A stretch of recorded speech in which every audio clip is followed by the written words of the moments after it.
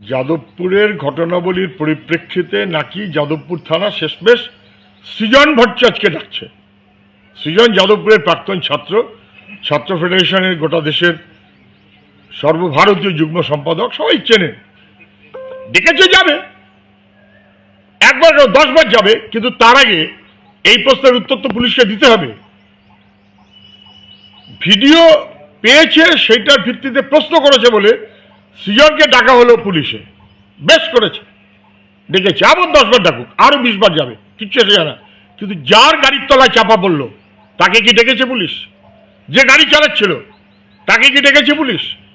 ছাত্র সবাই দেখতে পাচ্ছে ভিডিওতে, তার উপর দিয়ে গাড়ি চালিয়ে দেওয়া হলো, তাকে ডেকেছে পুলিশ? কোর্ট অর্ডার করেছে, তাই শেষমেশ এফআইআর করতে হচ্ছে। পুলিশ যে অপদার্থ এবং অযোগ্য ধরা পড়ে গেছে।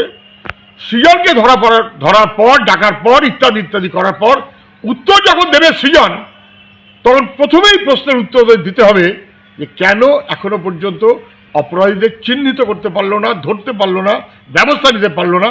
কোর্ট মারফত বলতে হচ্ছে কেন সৃজনের প্রশ্নের উত্তর দেওয়ার যোগ্যতা পুলিশের হবে না।